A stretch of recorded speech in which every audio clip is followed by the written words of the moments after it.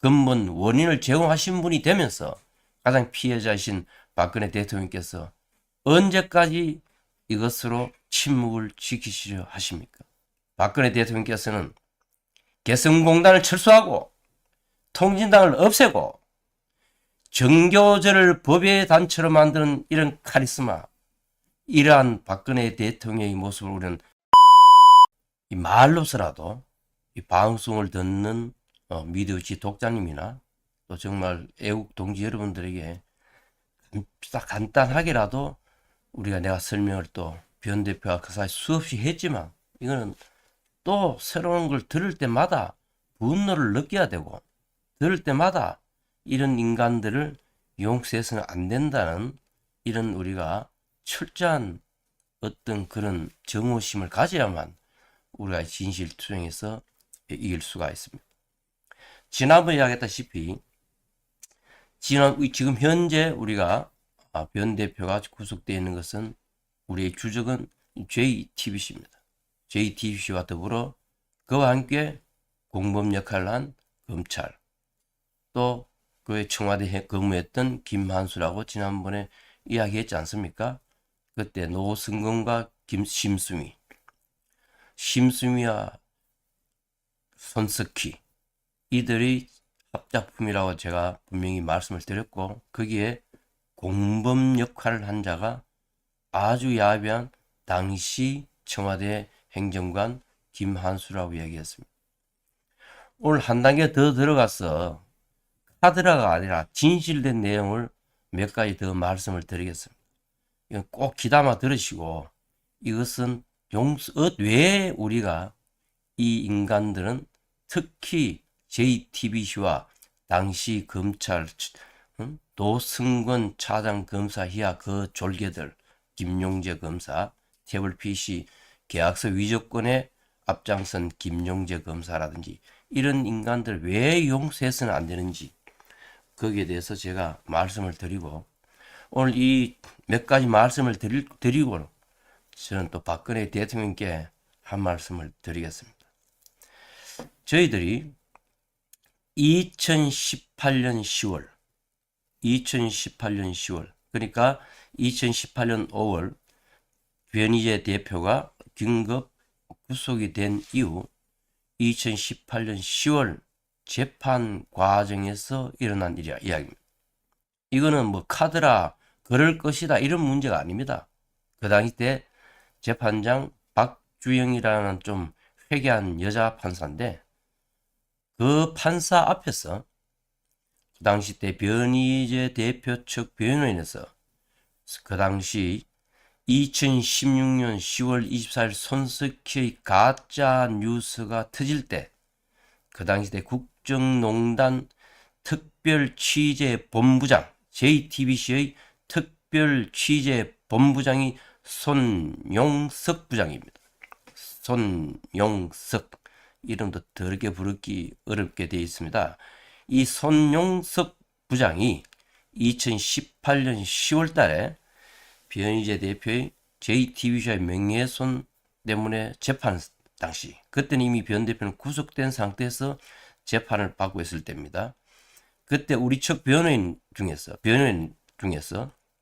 손용석에게 2017년 10월 11일 최서원 씨 때 재판 결과에 나온 국과수 포렌식 결과에서 밝혀진 문서 수정 기능이 없다는 사실을, 그러면 손용석 부장은 문제의 너희들이 가짜 뉴스를 터뜨리고 최서원이가 그 태블릿 PC로 국정농단을 했다고 하는 그 태블릿 PC에 문서 수정 기능이 없다는 사실을 언제 알았느냐라고 물었습니다.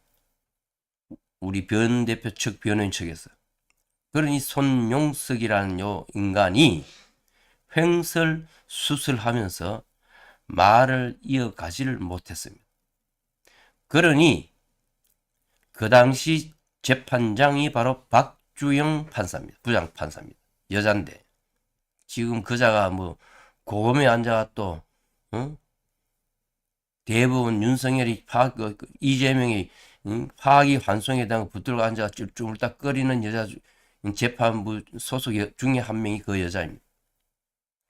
그 박주영 판사라는 여자가 보기가 답답한지 재판장이 묻지 말아야 될 걸 자기도 모르게 실수로 물었습니다. 손영석 부장에게, 정인으로 나온 손영석 부장에게 정인은 문서 수정 기능이 없다는 사실을 2016년 12월 9일 박근혜 대통령 국회에서 탄핵되기 전에 알았느냐 후에 알았느냐라고 물었습니다.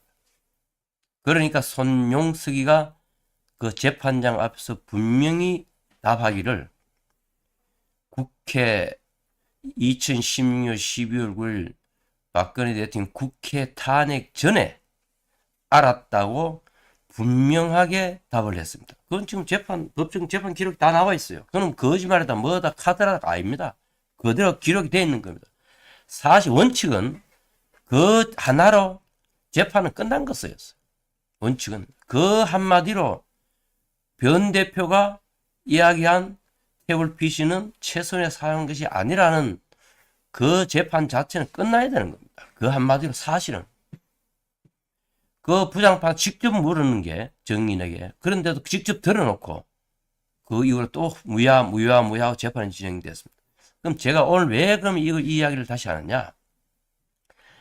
특별취재본부장 손용석이가 그 탄핵 전에 알았다는데 특별취재본부 팀장은 바로 악랄한 여기자 심수미입니다. 그런데도 불구하고 심수미와 손석희는 2016년 12월 9일 박근혜 대통령 탄핵 전날인 12월 8일에 다시 최서원 씨가 그 태블릿 PC를 이용해서 드레스덴 연설문을 수정한 것은 사실이라고 보도를 했습니다. 독자 여러분, 애국동지 여러분, 이 사실만으로도 손석희, 심수미, 노승권 이들은 용서할 수 없는 그 자들 아닙니까? 이거보다 완벽한 증거가 어디 있습니까? 재판 과정에서 부장판사 앞에서 정인이 나와서 증언을 한 내용이 그거보다 더 완벽한 증거가 어디 있습니까?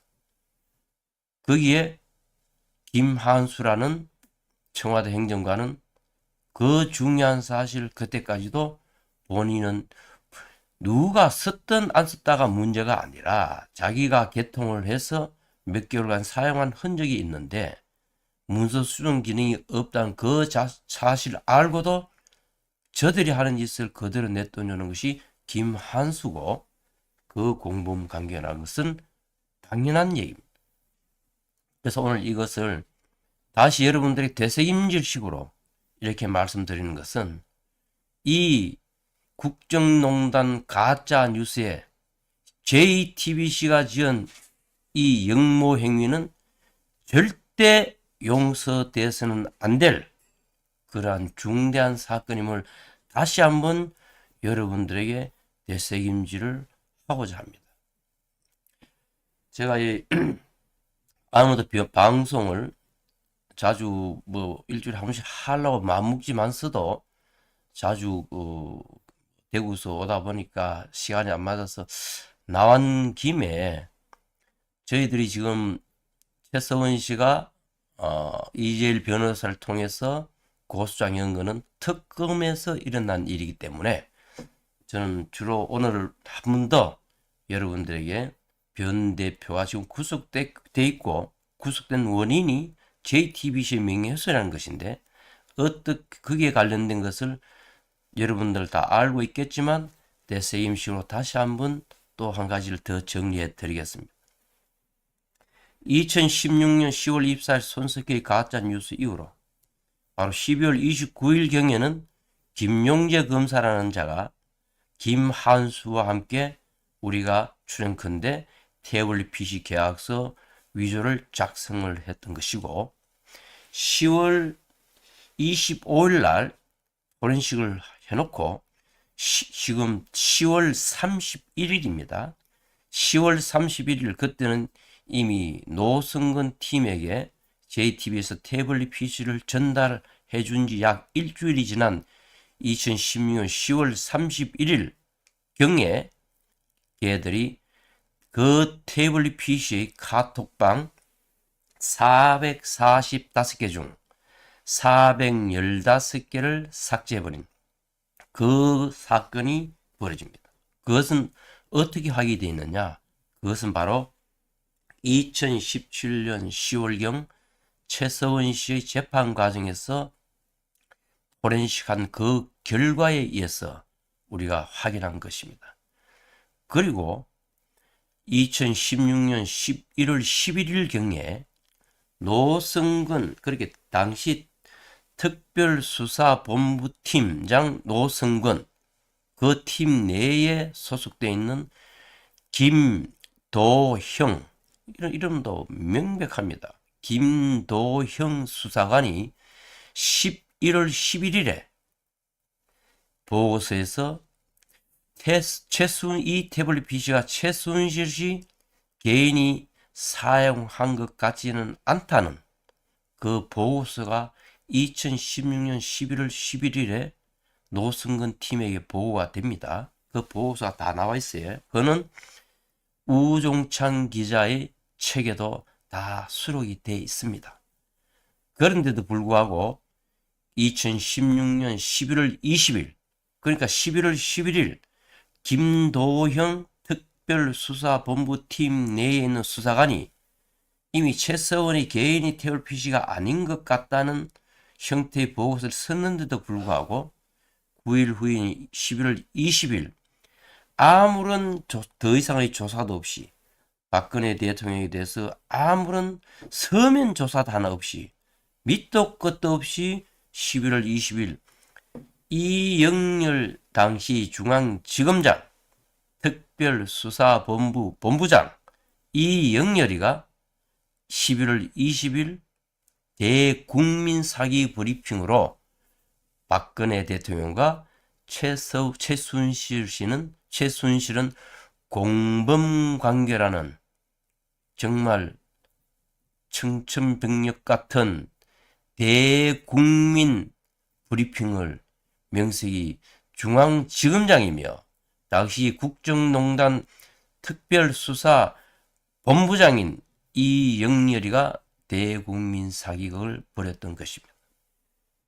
그러면서 거기에 발맞춰 손석희와 심수민은 2016년 12월 9일 국회 탄핵 하루 전에 그런 식으로 또 대국민 기만 방송을 하고, 요까지가 바로 제1 태블릿 PC로서 김수남, 이영렬, 노승근, 김용재 이 현직 검사와 손석희라는 JTBC 사기꾼과 손영석, 심수미라는 이 사기 기자들과 김한수라는 당시 청와대 행정관이 똘똘 뭉쳐서 만들어낸 대국정농단 역정모의가 완성이 되는 겁니다.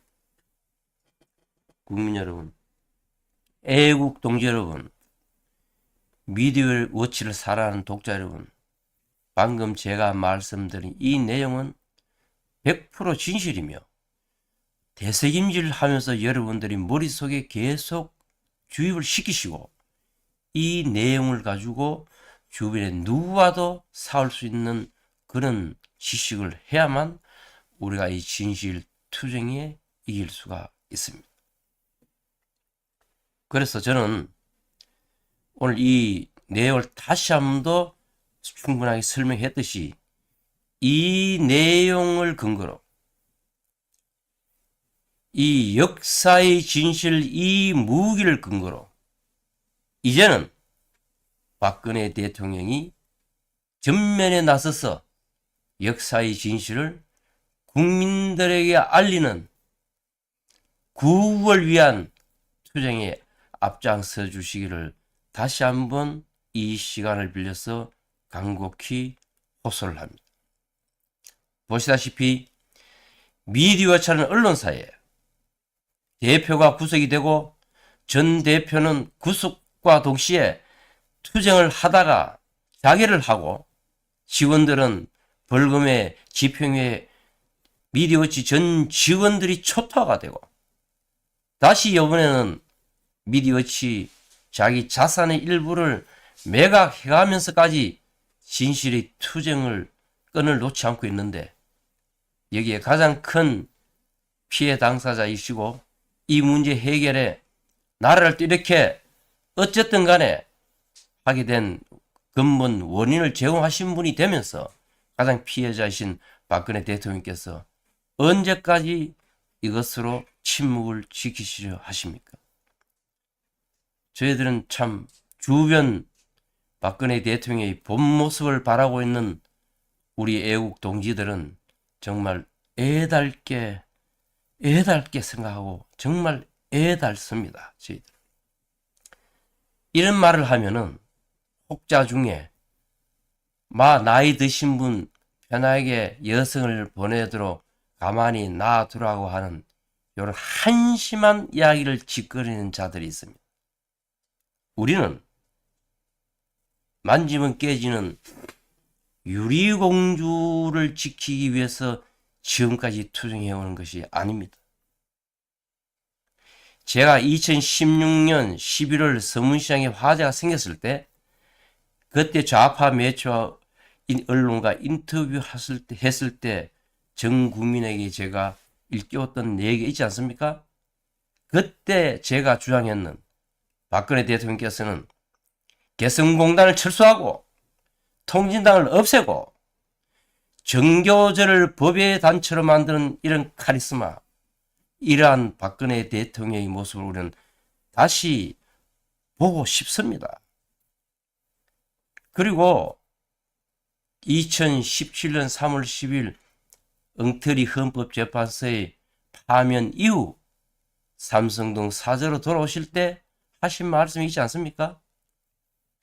그 말씀 중에 딱 한마디 진실은 언젠가는 밝혀진다고 했지 않습니까?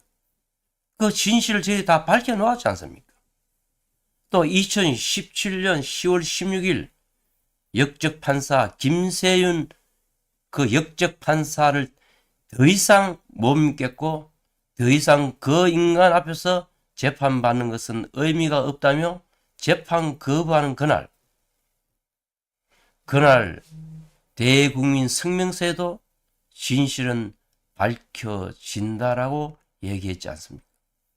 물론 그날 오후에 홍준표란 한심한 인간이 난데없이 그날 바로 오후에 박근혜 대통령을 출당 조치하는 회개한 짓을 함으로 해서 그 박 대통령이 모진 마음을 묻고 한 재판 거부와 거기에 따른 성명서 자체를 희석시켜버린 한심한 인간도 있었지만 어쨌든 저희들은 그때의 당찬 모습의 박근혜 대통령으로 돌아오시기를 다시 한번 부탁을 드립니다.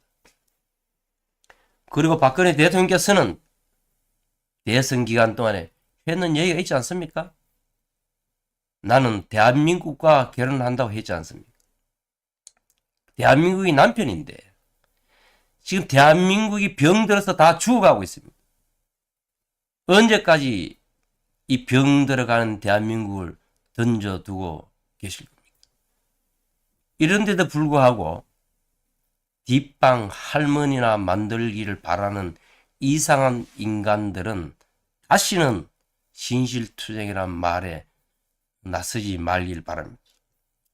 지금 우리가 10년 동안 별의 별 희망 회로와 희망 고문과 모든 것을 해봤지만 방금 얘기했지 않습니까? 우리가 이렇게 진실투쟁으로서 모두 밝혀놓은 이 진실을 누군가는 우리가 변희재 대표가 이렇게 모진 혹독한 고문을 당해가며 투쟁을 해도 알려지기가 어렵지 않습니다. 이제는 다 밝혀낸 역사의 진실의 무기, 이 역사의 진실의 무기, 태블릿 PC 조작이 됐다는 이 투쟁의 무기, 이거보다 더 강한 무기가 어디 있습니까? 이 무기를 들고 이 박근혜 대통령 억울함과 그 당시 때 무너진 법치가 어떤 것인지는 박근혜 대통령께서 직접 대국민 설득이 필요하다고 봅니다. 장성철이 같은 그런 자에게, 그런 자로부터 박근혜 대통령의 움직임은 유영아 한 명을 챙기기 위한 움직임이지 더 이상 다른 의미를 부여할 필요가 없다는 동, 요런 조롱 섞인 그런 이야기를 더 이상 우리가 들었어야 되겠습니까?